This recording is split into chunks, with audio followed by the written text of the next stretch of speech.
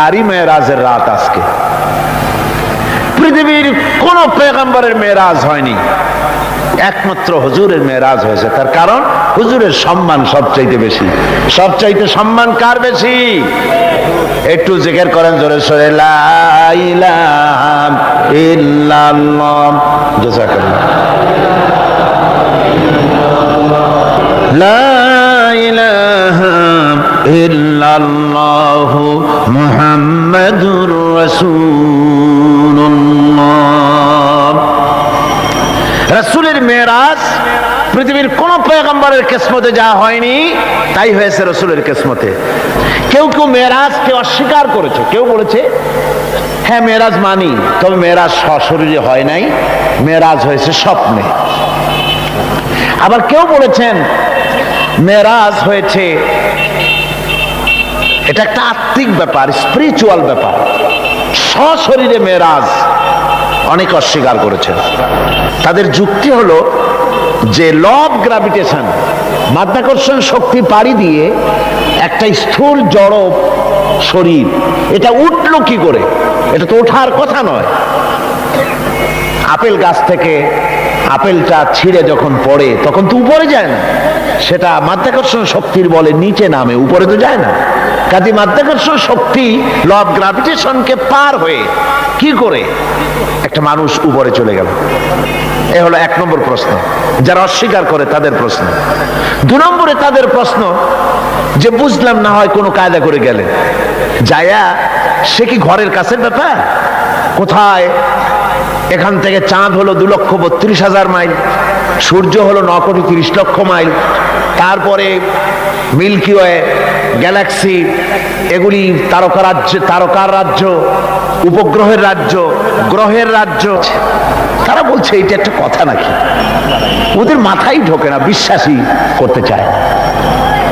হুজুর ফিরে এসে যখন বসেছেন, তারপরে আবু জাহেল এসে তো বলছে যে মুহাম্মদ সাল্লাল্লাহু আলাইহি সাল্লাম প্রত্যেক দিনই তো নতুন নতুন কথা কও, আজকে কোনো নতুন কথা আছে নাকি? হুজুর বলছেন হ্যাঁ কথা আছে। কি বলে? এই যে শেষ রাত্রে আমার ফুফু উম্মু হানির ঘরের থেকে জিবরাইল এসে আমারই নিয়ে গেল, বাইতুল মাকদাসে গেলাম, 2 রাকাত নামাজ পড়লাম, এরপরে ওইখান থেকে আমাকে 7 আকাশ পাড়ি দেওয়া হলো, মহাশূন্য পাড়ি দিয়ে 7 আকাশ পাড়ি দিয়ে তারপরে আরশে আজিমে গেলাম, আল্লাহর সঙ্গে কথা বললাম, বেহেশত দোজখ দেখলাম, এরপরে এই যে আইসা কেবল ফজর পড়ে বসছি। আবু জাহেল কয় যে সর্বনাশ, খাইছে। এতদিন মনে করছিলাম তুমি পাগল, কিন্তু কোনো সবুত ছিল না, আর আজকে দলিল মিলে গেল, প্রমাণ মিলে গেল তুমি একটি বদ্ধ পাগল। যেরকম নাউযুবিল্লাহি মিন যালিক। আবু জাহেল মনে মনে খুব খুশি হলো, বলল মুহাম্মদ সাল্লাল্লাহু আলাইহি ওয়াসাল্লাম তুমি কি অনুমতি দিবে? তুমি যেভাবে এই ঘটনা বললে এটা আমি মানুষকে বলে বেড়াই, অবশ্যই তুমি যাও বলে আসো। আবু জাহেল মনে করলো এটাই হলো গোল্ডেন অপরচুনিটি, এটাই হলো সুবর্ণ সুযোগ। তার সবচাইতে বেশি ভক্ত এবং অত্যন্ত আন্তরিক অন্তরঙ্গ বন্ধু হযরত আবু বকর, এই লোকটাকে খসাতে পারলেই বাজিমাত হবে। তার বাড়ি গিয়ে বলছেন আবু বকর শুনেছে বলে কি? কয় যে মুহাম্মদ সাল্লাল্লাহু আলাইহি ওয়াসাল্লাম পাগল হয়ে গেছে। বলে কিরকম? কয় যে এই সব কথা তিনি বলতেছেন এখন। হযরত আবু বকর বলছেন আবু জাহেল তুমি যা বললে আমার রাসূল কি হুবহু এরকম বলেছেন? আবু জাহেল বলছে হ্যাঁ ঠিক এরকমই বলেছে।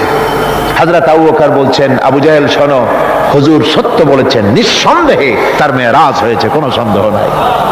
হযরত আবু বকর আবু জাহেলকে ধরে নিয়ে আসলেন কাবা শরীফে, মসজিদে হারামে এসে বলছেন হুজুর আমি এই আবু জাহেলের কাছে শুনলাম আপনি নাকি কি কি বলেছেন। হুজুর মেরাজের ঘটনা শোনালেন। হযরত আবু বকর বললেন আপনি সত্য বলেছেন। হুজুর বলেন আবু বকর তুমি আজ থেকে সিদ্দিক। সুবহানাল্লাহ। ভাইরা, মেরাজকে অনেকেই অস্বীকার করেছে, আর অস্বীকার করার যুক্তি কারো কারো থাকতে পারে যাদের ঈমান দুর্বল। কি করে সম্ভব? সজাগ করিয়া কিভাবে এই হাজার হাজার লক্ষ কোটি কোটি মাইল পাড়ি দিয়ে কিভাবে নিয়ে গেল, এটা কেমনে সম্ভব? এটা মানুষের মাথায় সহজে ঢুকবে না। মানুষের মাথায় সহজে ঢুকবে কোন? কি বলেন ঢুকবে? বিষয়টা খুবই কঠিন, বিষয়টা সহজে মানুষের মাথায় ঢুকবে না। এই জন্যে ঘটনাটা যেখানে আল্লাহ শুরু করেছেন তিনি ঘটনাটা বর্ণনা দিচ্ছেন এইভাবে। সুবহানাল্লাযী আসরা বিআবদিহি লাইলাম মিনাল মাসজিদিল হারামি ইলাল মাসজিদিল আকসাল্লাযী বারাকনা হাওলাহু লিনুরিয়াহু মিন আয়াতিনা ইন্নাহু হুয়াস সামিউল বাসীর। রাসূল করিম সাল্লাল্লাহু আলাইহি ওয়াসাল্লাম মদিনা মুনাওয়ারায় গেলেন, ইসলামের রাষ্ট্র প্রতিষ্ঠা করলেন। আজ সময় এসেছে কোরআন প্রতিষ্ঠা করার। আমি বলেছিলাম কোরআন হচ্ছে সংবিধান। কোরআন কি? শুধু তেলাওয়াত করে সেই মজা পাওয়া যাবে না, কায়েম করলে, কোরআনের আইন প্রতিষ্ঠা করলে যে মজা পাওয়া যাবে। যেমন এক বোতল মধু যদি আপনাকে দেওয়া হয়, উপর থেকে কর্ক যদি আটকানো থাকে আর বাইরের থেকে যদি আপনি বোতলটা চাটেন, মিষ্টি লাগবে নাকি? কন মিষ্টি লাগবে? মিষ্টি লাগবে কখন? কর্ক খুলে মুখের মধ্যে ঢাললে তবে তো মিষ্টি লাগবে। কোরআনে কারীম দিনে রাত্রে সমানে যদি তেলাওয়াত করেন, যতবার খুশি ততবার খতম করেন, ওই শান্তি মিলবে না কোনোদিন যেই শান্তি রাষ্ট্রের মাধ্যমে কায়েম হলে যে মজা পাওয়া যাবে, ওই মজা তেলাওয়াত করে পাওয়া যাবে না। কথা বুঝে আসছে?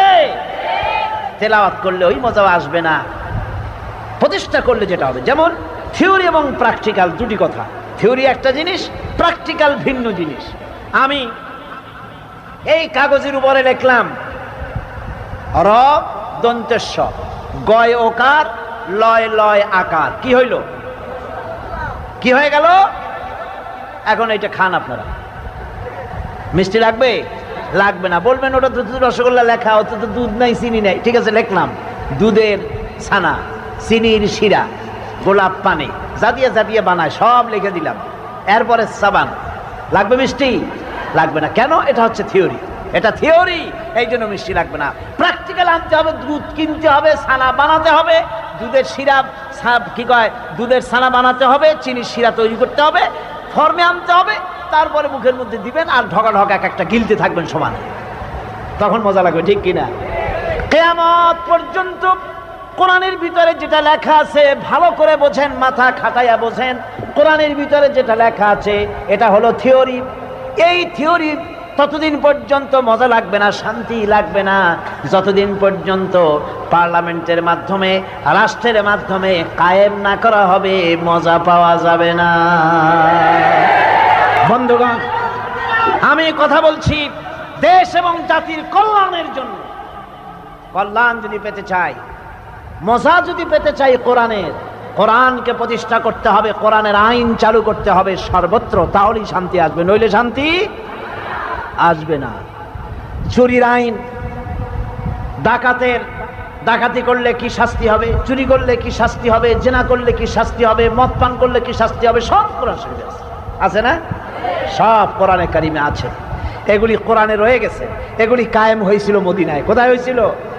মদিনায়। অভাব অভিযোগ ছিল না। রাসূলুল্লাহ বলেছেন খায়রুল কুরুনে কারনি, সর্বশ্রেষ্ঠ যুগ আমার যুগ। চুরি নাই, ডাকাতি নাই, জেনা নাই, হত্যা নাই। পাইকারি দরে লোকেরা মুসলমান হওয়া শুরু করে দিল। আল্লাহ রাব্বুল আলামিন ঘোষণা করলেন ইযা জাআ নাসরুল্লাহি ওয়াল ফাতহ ওয়া রাআইতান নাসা ইয়াদখুলুনা ফি দীনিল্লাহি আফওয়াজা ফাসাব্বিহ বিহামদি রাব্বিকা ওয়াস্তাগফির ইন্নাহু কানা তাওয়াবা। যখন আল্লাহর মদদ আসবে, যখন বিজয় আসবে, তখন দেখতে পাবে দলে দলে লোকেরা ইসলামে প্রবেশ করছে। সুবহানাল্লাহ। ইসলামের বিজয় এলো, দলে দলে লোক ইসলামে প্রবেশ করতে লাগলো। কাফেরেরা চিন্তা করলো যে আসলে আমরা খামোখাই মুহাম্মদ সাল্লাল্লাহু আলাইহি ওয়াসাল্লামের বিরোধিতা করেছি, না বুঝি বিরোধিতা করে, আজও তাই করে। ইসলামের ভয় পায়। কারে ভয় পায়? ভয়ের যদি দুনিয়ায় কিছু থাকে তো তার নাম ইসলাম। আমি বুঝি না, ইসলামের ব্যাপারে নিরপেক্ষ থাকা লাগবে, ধর্মের ব্যাপারে নিরপেক্ষ থাকা লাগবে। এটা কি কথা? ভাতের ব্যাপারে নিরপেক্ষ থাকে কেউ? বিবাহ করার ব্যাপারে নিরপেক্ষ থাকে কোন যুবকেরা? ঘুমাবার ব্যাপারে নিরপেক্ষ থাকে কেউ? ধর্ম এইটার ব্যাপারে নিরপেক্ষ থাকা লাগবে। এমন পাগলামি যে আবিষ্কার করেছে আল্লাহ, লানত হোক তার উপরে, আল্লাহর গজব হোক তার উপরে। ধর্ম নিরপেক্ষ মতবাদ মুসলমানদের জন্য নয়, পৃথিবীর কোন মানুষের জন্য নয়। মানুষেরা ধর্মের পক্ষেই থাকবে, নিরপেক্ষ থাকবে না। ধর্ম পক্ষে থাকার জিনিস, নিরপেক্ষ থাকার জিনিস নয়। কোরআন জানে না, হাদিস জানে না। আপনাদের ধানমন্ডি মসজিদের ইমাম আলহামদুলিল্লাহ জবরদস্ত আলেম, তিনি বলেছেন তার বক্তৃতার ভিতরে লা ইকরাহা ফিদ্দীনের কথা। আন্দাজে কি এর সাথে কি মিলাই দিল।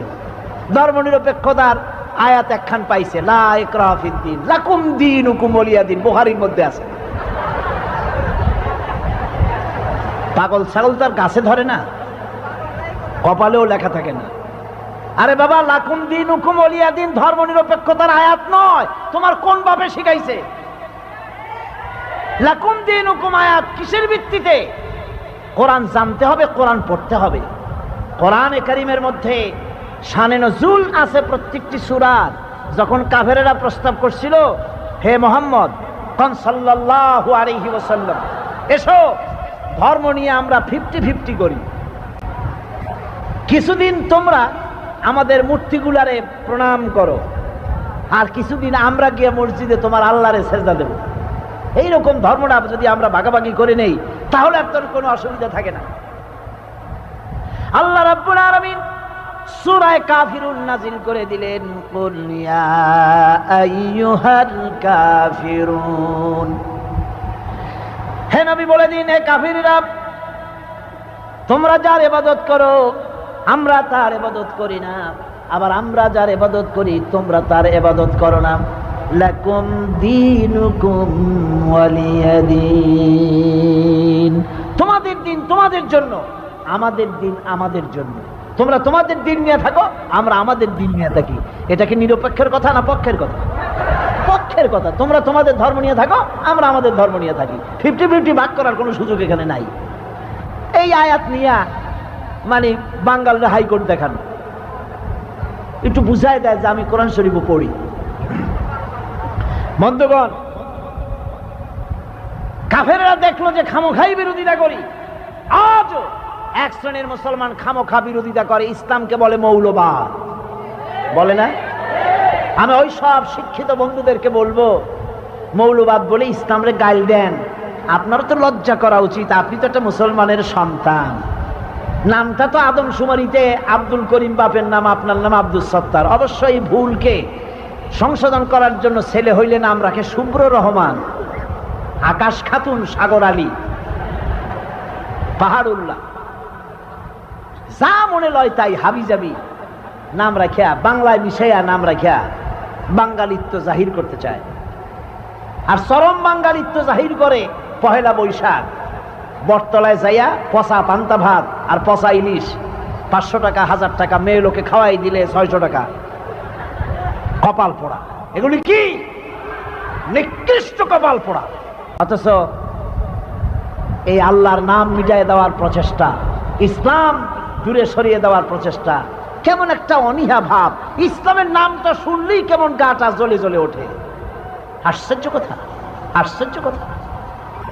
আল্লাহ রাব্বুল আলামিন শুনিয়ে দিলেন, ইসলামের যখন বিজয় এলো, দলে দলে লোকেরা ইসলামে প্রবেশ করতে লাগলো, দলে দলে লোকেরা ইসলামে প্রবেশ করতে লাগলো। কাফির বেঈমানরা মনে করলো যত আজে বাজে কথা বলেছি ইসলামের ব্যাপারে, ইসলাম তো তা নয়।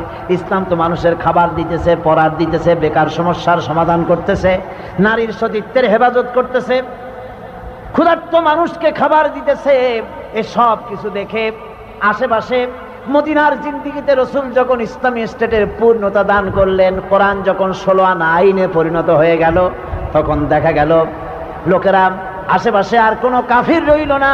আশেপাশে যত কাফের ছিল সব মুসলমান হয়ে গেল, পড়ল লা ইলাহা ইল্লাল্লাহু মুহাম্মাদুর রাসূলুল্লাহ। ভাইরা আমার বন্ধুগণ, সকলকে ইসলাম বুঝতে হবে, আমি আবারও বলছি, ইসলাম সাম্প্রদায়িক নয়, ইসলাম মৌলবাদ নয়, ইসলাম হচ্ছে আল্লাহ রাব্বুল আলামিনের দেওয়া জীবন ব্যবস্থা। এটা কমপ্লিট কোড অফ লাইফ, জীবনে গ্রহণ করার জন্য, জীবনের সব ক্ষেত্রে গ্রহণ করার জন্যই কোরআন ইসলাম, কোন আলহামদুলিল্লাহ। ইসলাম বিধান দিয়েছে সব ব্যাপারে, এমন কোন ব্যাপার নাই যে ইসলাম বিধান দেয়নি। ইসলাম বিধান দিয়েছে নারীর ব্যাপারে। আজ মেয়ে লোকদেরকে বলা হয়, মেয়ে লোকদেরকে ময়দানে নামানো হয়েছে, এনজিওরা এই খেদমতটা করেছে। এনজিওরা এদেরকে ময়দানে নামায় দিয়া স্লোগান দেওয়া হয়েছে, কিসের বর কিসের ঘর, যা মনে লয় তাই কর। সুবহানাল্লাহ কইলেন, আশ্চর্য কথা। দেখছেন অবস্থা? আমার দেহ, দেহ আমার, সিদ্ধান্ত আমার। আজীব তামাশা। গাড়ি যদি বলে, গাড়ি যদি বলে যে এটা আমার বডি, সিদ্ধান্ত আমার, আমি যেদিক যাব সেদিক আমার খুশি আমি যাব, তাহলে তো এর হয় ড্রেনে পড়বে, না হয় গিয়ে নদীতে পড়বে। কারো তো কন্ট্রোল করতে হবে। দেহ আপনার নিঃসন্দেহে, কিন্তু সিদ্ধান্ত আপনার হতে পারবে না। আপনার দেহের নিয়ন্ত্রণের সিদ্ধান্ত নিবে ওই দেহ তৈরি করেছেন তিনি, সে আল্লাহ রাব্বুল আলামিন। দেহ আমার, সিদ্ধান্ত আমার, একটা কাফেরের বক্তব্য হতে পারে, মুসলমানের বক্তব্য নিশ্চয়ই নয়। নিজেদের শরীর ঢাকা, পায়ে মোজা, এরপরে জুতা, তারপরে প্যান্ট পরিয়া জুতাটারে ঢাকিয়া রাস্তা সাফ করতে করতে যায়, জামাটারে ইন করিয়া, শার্টটারে এখানে কলার দিয়া টাই দিয়া আটকাইয়া, মাথায় হ্যাট করিয়া, এখানে আবার বোতাম দিয়া, বাংলার আলো বাতাস কোনো দিয়ে ঢুকতে না পারে পুরুষ তার শরীরকে এভাবে হেফাজতে রাখে। আর মেয়ে লোক কাপড় চোপড় যত খুলতে পারে, যত কমাইতে পারে, তাই নিয়ে প্রতিযোগিতা। আরো প্রতিযোগিতা হয় বিশ্ব সুন্দরীর প্রতিযোগিতা। নাউজুবিল্লাহ। বাংলাদেশে গত বছর চুরি করে এক কায়দায় হয়ে গেছে বিশ্ব সুন্দরী প্রতিযোগিতা।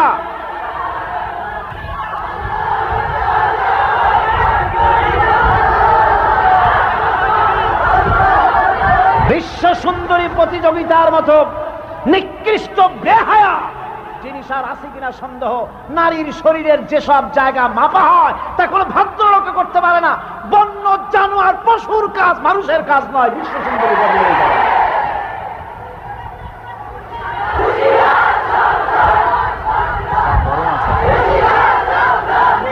সুতরাং আজ আমরা, আমাদের নারী টেপা হচ্ছে, একটু একটু করে পালস টেপা হচ্ছে, জাতি মরছে না জেতা আছে। আপনারা যদি মরেন তাহলে শেষ হয়ে যাবে দেশ। আপনাদের জাগ্রত থাকতে হবে, কান খোলা রাখুন, চক্ষু দৃষ্টি শক্তি আগের থেকে প্রসারিত করুন, শ্রবণ শক্তিকে বর্ধিত করুন, খোঁজ খবর রাখুন। ইসলামের বিরুদ্ধে যেখানে আওয়াজ ওঠে তাকে স্তব্ধ করে দিতে হবে। জীবনের ভয় করলে চলবে না। জীবন একবার এসেছে, মানুষ মরে কয়বার? সুতরাং একটা একটা করে আঘাত আসতেছে। বাংলাদেশের হাজার হাজার আলেমের উস্তাদ বাইতুল মুকাররমের খতিবের গায়ে আঘাত করা হয়েছে, বরদাস্ত করা হবে না।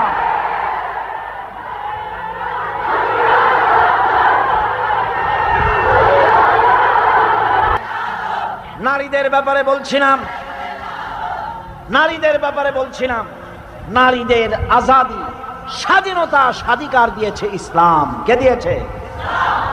ইসলাম দিয়েছে। সুতরাং সেই নারীর ইজ্জতকে ইসলাম রক্ষা করেছে। নারীর ব্যাপারে ইসলাম বলেছে, আল্লাহর নবী বলেছেন, দুইটা মেয়ে যদি কারো হয়, দুই মেয়ের পিতা যিনি হবেন, ওই দুইটা মেয়েকে যদি যত্ন করে, যদি ভালোবাসে, মহব্বত দেয়, দিন শিখায়, ইমান শিখায়, কিয়ামতের দিন ওই দুই কন্যার পিতা আর আমি মুহাম্মদ সাল্লাল্লাহু আলাইহি সাল্লাম এক জান্নাতে পাশাপাশি থাকবো। আছে পৃথিবীতে কেউ বলছে এমন কথা? বলেন, বলেছেন কেউ?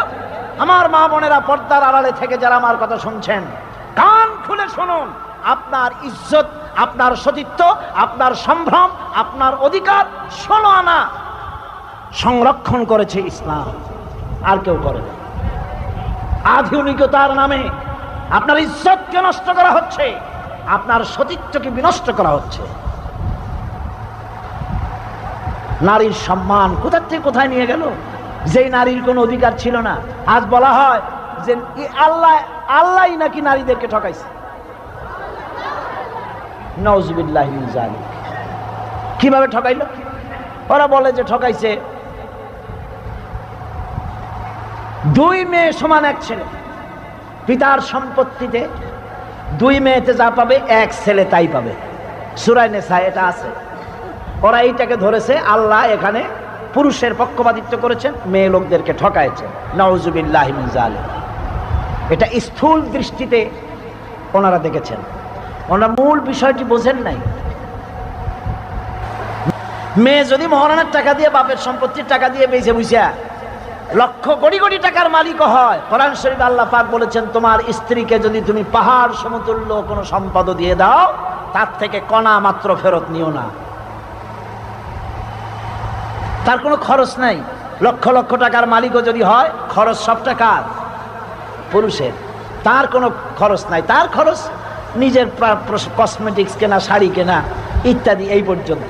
বাকি অসুখ হোক, বাড়িতে মেহমান আসুক, বা কোনো কিছু দরকার হোক, এ সবটার দায় দায়িত্ব পুরুষের, নারীর কোনো দায়িত্ব নাই।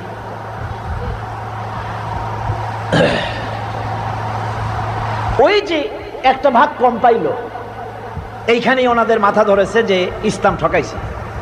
কিন্তু তারা ভিতরে তলান নাই। বিষয়টা কি? বিষয়টা হলো, যদি ছেলে আর মেয়ে আল্লাহ যদি সমান করে দিতেন, পিতার সম্পত্তিতে সমান অধিকার, তাহলে কি হতো? মেয়েটা বিবাহ হয়ে যাওয়ার পর এই সম্পত্তি তার স্বামী অথবা মেয়ে নিশ্চয় বিক্রি করে নিয়ে যাবে। এখানে তো আর ফালায় রাখবে না বাপের বাড়ি, এটা বিক্রি করবে। বিক্রি করে নিয়ে গেল, বাপও মরে গেল। মেয়েটা তার স্বামী বাড়ি গিয়ে হয় বিধবা হলো, আনফরচুনেটলি বিধবা হয়ে গেল, অথবা তালাক প্রাপ্ত হলো। যদি তালাক প্রাপ্ত হয় অথবা বিধবা হয়, তখন এই মেয়েটি এসে উঠবে কোথায় বলেন আপনার? ভাই কেন তাকে দেখতে যাবে? 1 দিন দেখবে, 2 দিন দেখবে, 3 দিন দেখবে, 1 সপ্তাহ দেখবে, 1 মাস দেখবে, তারপরে দেখার দরকারটা কি? ভাই যেন বোনকে এই চরম দুর্দিনে বোনকে যেন অবহেলা করতে না পারে, সেজন্য আল্লাহ রাব্বুল আলামিন ভাইয়ের জন্য একটা ভাগ বেশি রেখে দিয়েছেন, বোন ভাগনার বিপদের দিনে যেন আশ্রয় দেয়। আল্লাহ রাব্বুল আলামিনের সাফের প্রতি যারা কটাক্ষ করে, তাদের ঈমান নিয়ে সন্দেহ দেখা দিবে, তাদের ঈমান নাই। ইসলাম নারীকে সম্মান দিয়েছে, মর্যাদা দিয়েছে, অধিকার দিয়েছে। মসজিদে নামাজ পড়ার অধিকার রয়েছে, ঈদের ময়দানে যাওয়ার অধিকার রয়েছে, যুদ্ধের ময়দানে আসার অধিকার রয়েছে, ব্যবসা করার অধিকার রয়েছে, শিক্ষার অধিকার আছে, সব। তবে পর্দার সাথে। কিসের সাথে? পর্দার সাথে। এই পর্দা আবার কি? সেই পর্দা হচ্ছে, আসলে শব্দটা হচ্ছে হেজাব। কোরআনে কারিমে এটাকে হেজাব বলা হয়েছে। এই হেজাব এটা হচ্ছে পরপুরুষের সাথে থেকে অবাধ মেলামেশা থেকে হেফাজতে রাখা, এটাই হলো হেজাব।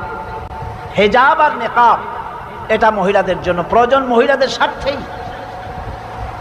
সেজন্য তাদেরকে পর্দা করতে হবে।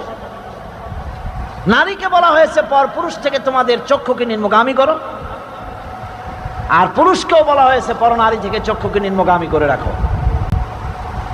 অধিকারটা সমান দেওয়া হয়েছে। এই অধিকার ইসলাম নারীকে যা দিয়েছে এরকম কাউকে দেওয়া হয়নি। পিতার চাইতেও মায়ের মর্যাদা বেশি করা হয়েছে সন্তানের কাছে। কথা ঠিক কিনা? কথা ঠিক কিনা?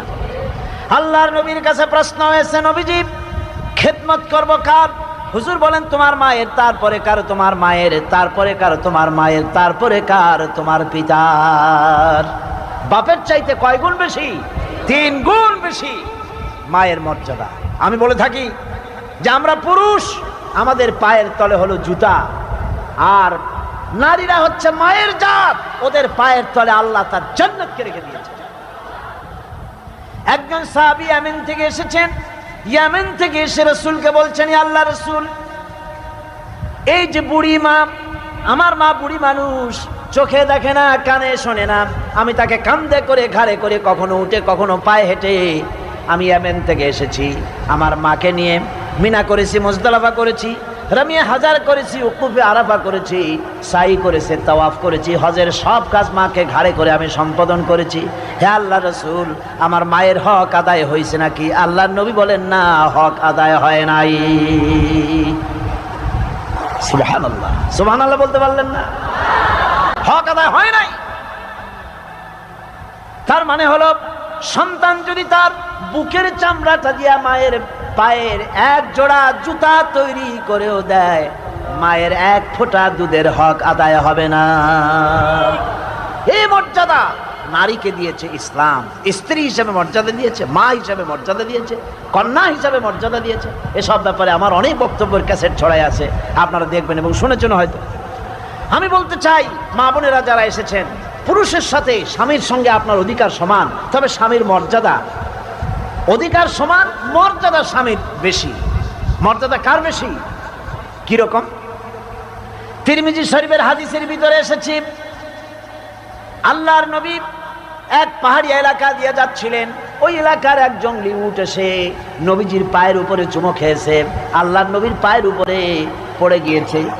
সাহাবায়ে কেরাম বলছেন, ইয়া রাসূলুল্লাহ, উটের কি সৌভাগ্য, আল্লাহর নবীর পায়ে চুমা খাইলো, সেজদা দিল, আপনি আমাদেরকে অনুমতি দিয়ে দেন, আমরাও নবীর কদমের উপরে সেজদা দিয়া ধন্য হই।